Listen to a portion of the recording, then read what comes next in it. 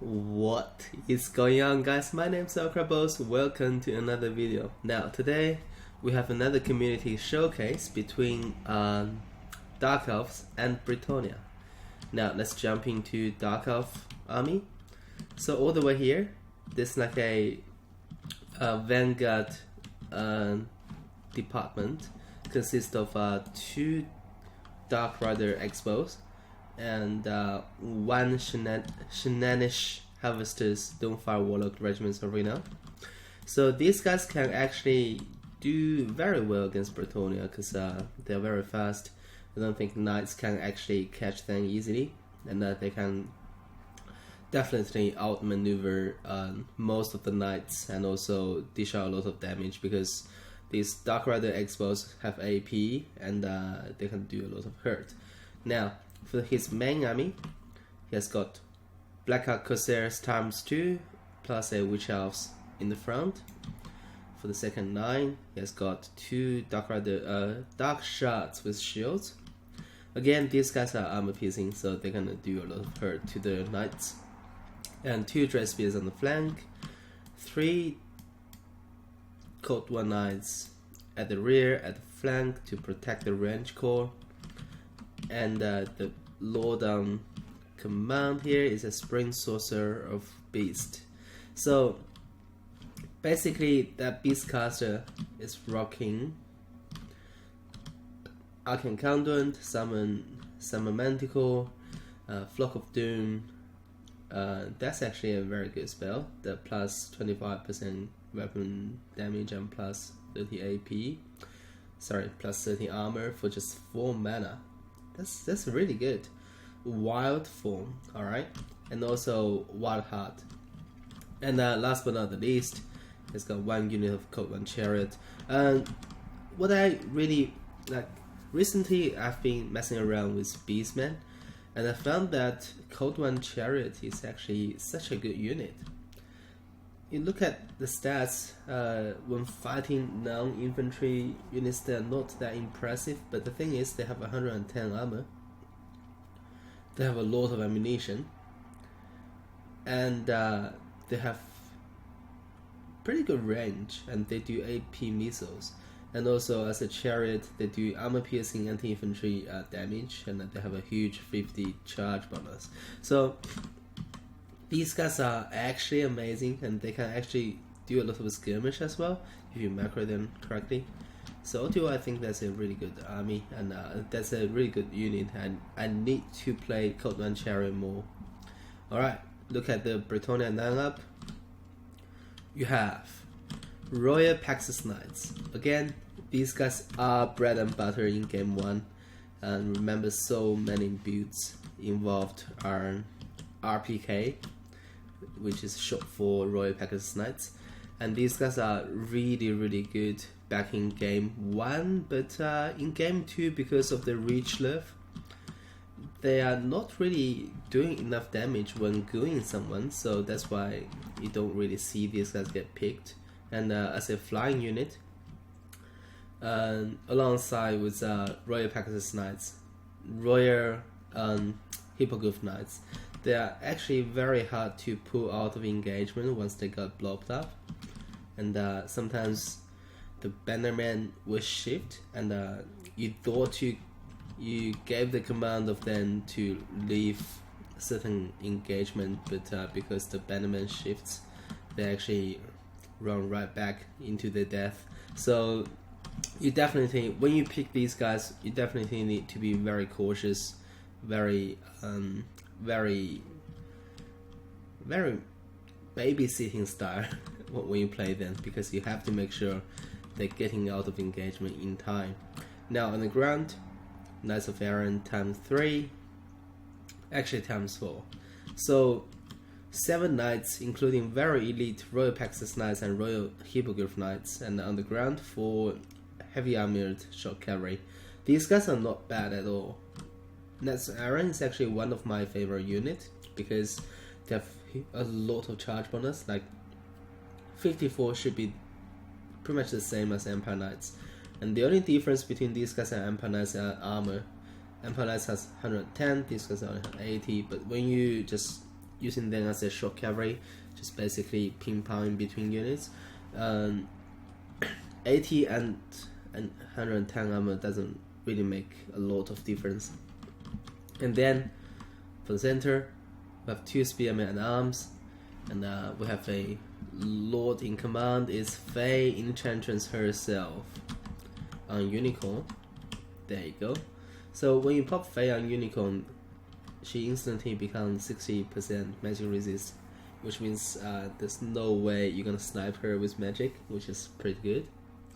And she's rocking with Favor of the Fae, Regrowth, Earthblood, Mist of the Lady, Life Bloom, and Blessing of the Lady. So pretty mandatory stuff. And then in the very front, we have a Paladin on a horseback. Now Paladins are anti-large nowadays, which is really good. And on the horseback, they have 105 armor.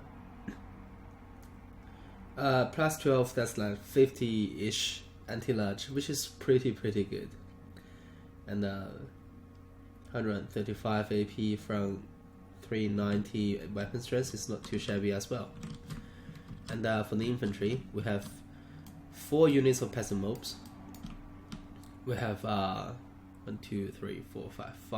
4 units of men at arms with swords, and this one final spearman at arms, excuse me. So basically, this is a really good lineup. I really like it. You definitely need a lot of macro management in order to play this right, because you have 7 knight unit, and let's see exactly how this is gonna play out.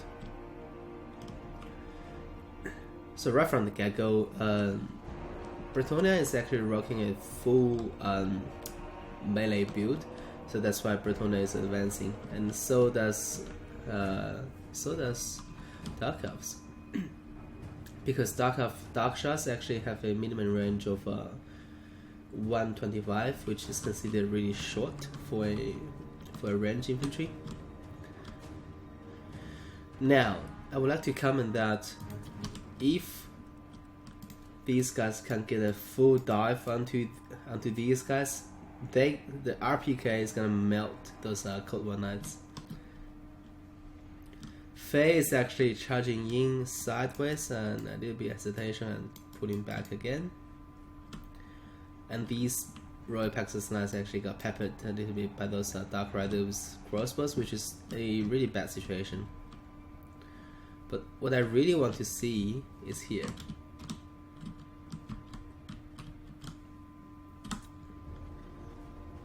There you go. Oh my gosh, no! Why these guys not dive on them? Like, this is considered free. Anyways, so RPK didn't decide to engage, but the front line actually, all these guys put in lance formation and charge into Blackout Corsairs. This is pretty good. And then they got put right through it. Same here. Did a touch of damage. But then these guys got counter-charged by Cold War Knights, which is not a good idea. And they are losing half HP already. So again, I want to comment here. So this guy is trying to use that short cavalry, like charge the front line and then pull back immediately. But when you want to do that, you don't want to put your knights in lance formation.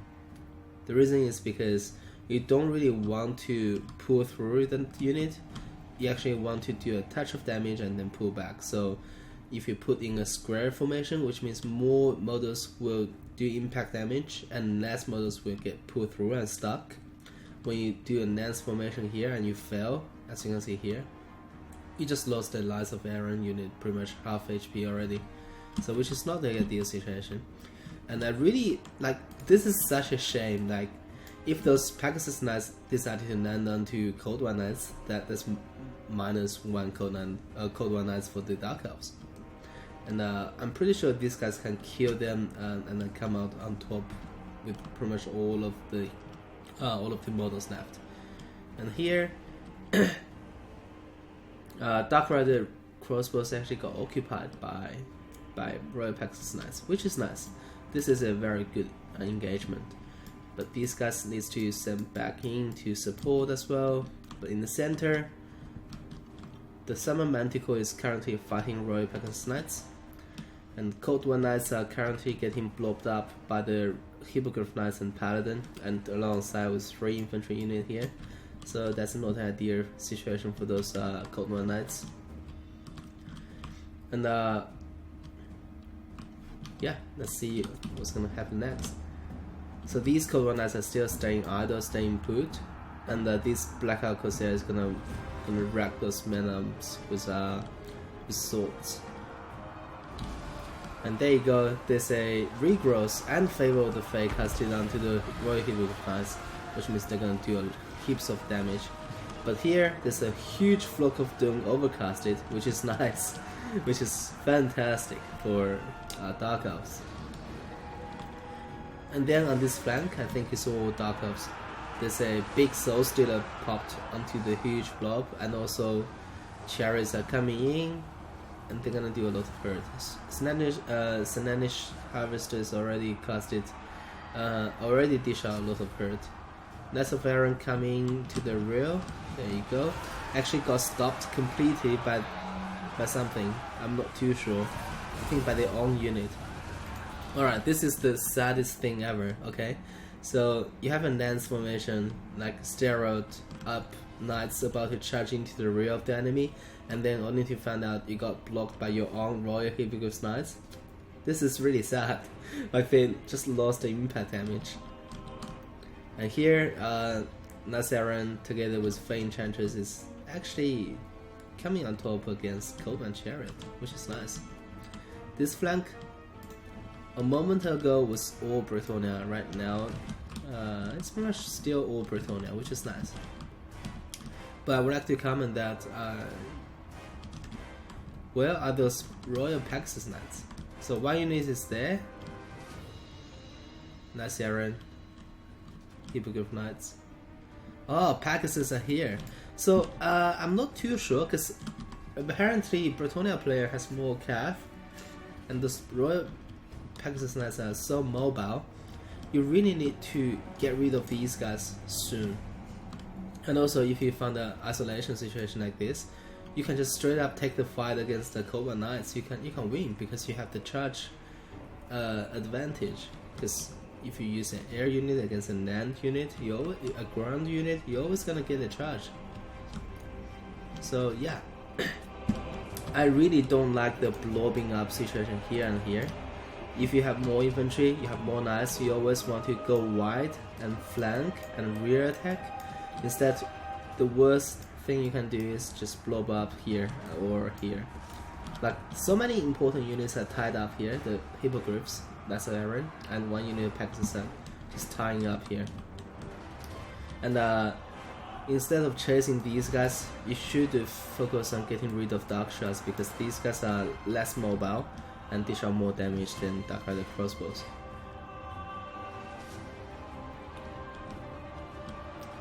Now I think this blob is about to crumble. The Bretonnia is about to getting routed. All the patterns are not really worthy to hold up the Knights of Dark Elves. And here, Royal Packs are about to completely get wiped out here. Hippogriff Knights still just rocking strong, but I think here Bretonnia is winning. Especially with Faye's coming in, I think it's gonna be a really good fight for Bretonnia. But the issue here is that these Dark Shots are about to fire into Hippogriffs, which is pretty bad. And the RPK is still chasing. Oh my gosh, this RPK needs to get onto those guys. There you go, that's a nice Aaron charging on the Dark Shots, which is nice. And the thing about Bretonnia is that all these units, if not getting escort outside the map, they're gonna come back and fight. That's the beauty of playing Bretonnia. You just constantly have troops rallying and you just send them right back. So right now Bretonnia still has a healthy Royal Hippogriff Knights, relatively healthy Fae, and a healthy RPK. So it's still anyone's game at this moment, because for Dark Elves, those Dark Rider Expos and Dark Shots are still online, which is super good, because these guys can actually dish out a lot of damage onto those hippogriffs. But all the way in the distance, Cold One Chariot is about to die here, which is not the ideal situation. And there's another Summon Manticore just crawling outside the ground, which is nice. And now Dark Elf player is just consolidate here, and these guys should be shifted here, this direction, and then consolidated once again for the Bretonnia player as well. And now we're gonna have a final showdown. I would like to comment that this Manticore is still not moving. And these guys are chasing two shattered units. These two get pulled back. There you go. And now we're gonna have a final showdown. Let's speed up a little bit. Alright, and there's a huge heal, the Earthblood coming in onto all of these knights, Fae, and hippogriffs, which is nice. And if I'm the player, I'm the Bretonnia player, I'm just gonna ignore this Manticore, because it's gonna get timed out pretty soon. Just run away from it, wait until it's gone. But this is still very strong. Like, this is by no means a weak blob. Like, this Goon Squad is actually really rock strong. There you go, Manticore is dead. So I'm not too sure whether that's a good move there. Like, you need to summon Manticore in the midst of the battle. The worst case scenario is this: summon the Manticore and you just not really doing anything and die. Here, Bretonnia player healed once again. But the thing is, like right now, you have no units engaging, which is pretty bad. You need to actually engage, because it's a courtesy to, shout out to Shatland's attacking rule. So you have to attack. Just be a gentleman, just duke it out, alright? There you go, now Bretonnia is attacking after 2 Earthblood.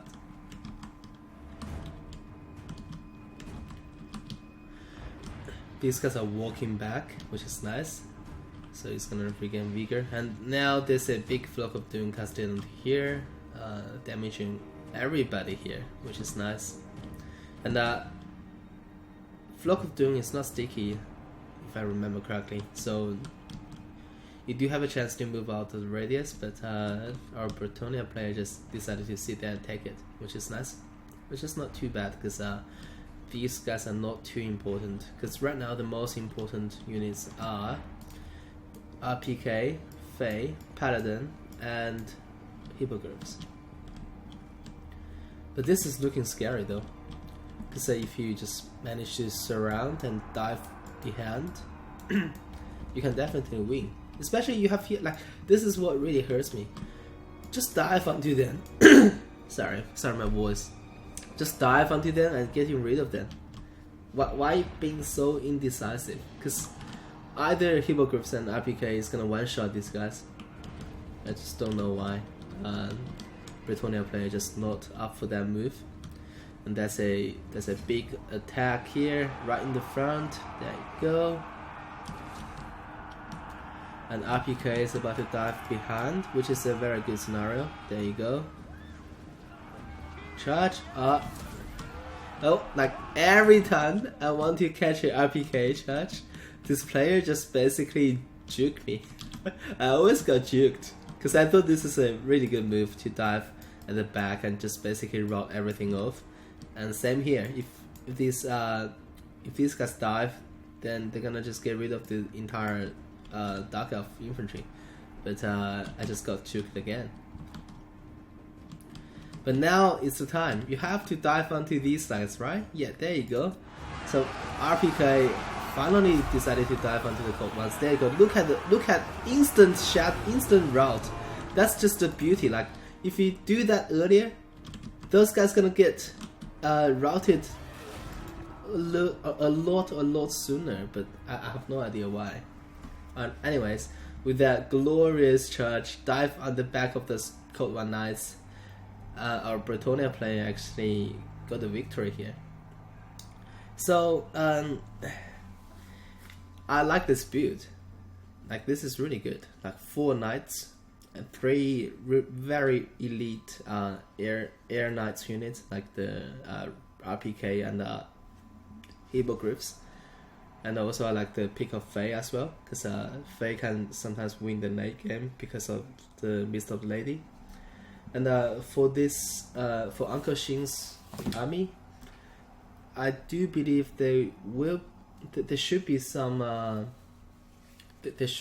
answer to those elite hippogriffs and the RPK. So basically, I think a Battle Lord would be much in favor Dark Elves. You either pick Malekith on a cold one, or maybe just pick Morathi on food, or maybe on Paxus. And then you can actually pick the right engagement to cast this big fat Soul Stealer. And I don't like the Harvesters against Bretonnia because they don't really have any armor, and they are really weak to magic attack. Guess what? All of these guys do magic attacks. So that's definitely a very expensive but not worth picking unit. So instead, like, look at the kills on the Code One Knights. Like, I would just bring a lot of Code One Knights. And also, in my opinion, Darkshard's not gonna perform that well against the experienced Bretonnia player because they're not really super mobile, which means they can easily get caught by the knights. But you can support them with Witch Elves. You can just basically rampage those knights and get rid of them. But I think that's a really good pick because when I'm fighting Witch Elf list, I always have a headache because I need to pay attention. And I remember there was one game, one model of Witch Elves actually got rampage on my King Luan. Like, literally, King Luan just got rampage down by one swing from one model. So Witch Elves definitely very strong, maybe 2 of them. I don't like Black Hawk Corsairs, even though on paper they should do really, really well, and here they really performed as well. But the thing is, they don't stack that well against knights. So instead, I would just go Straight Spears and the Blackguards. The Blackguards, and I like Dark Riders, but again, if your opponent is spamming like heavily cavalry, I don't think they're gonna dish out a lot of damage. As you can see here, even though they remained until the late game, but they're not really relevant because both these guys are not really doing that hot. And Code One Chariot, not a big fan in this matchup either because, again, you are fighting knights, and Code One Chariot is not gonna stack well against knights. So I think a better way would be go heavier infantry, a little bit more Witch Elves, heavier cavalry, especially the Code One Knights anti-large ones, and get a better Lord, and you should be in a very commanding situation because you can just fight those knights head on, especially your infantry. Like, either Drake Spears and Blackguards can basically take on that unit quite handily, especially when you catch them with Witch Elves. Then those knights just gonna get murdered by your infantry. And with the right support, with the, like, maybe just bring 5 or maybe 4 of the Code One Knights to just basically engage in at the right time, they can actually do a lot of hurt to those knights as well. So yeah, that's just my suggestion in terms of how to use Dark Elves taking on a list like this. So yeah, if you guys enjoy my contents, don't forget to subscribe, and don't forget to join the Discord. For now, Oracable signing off.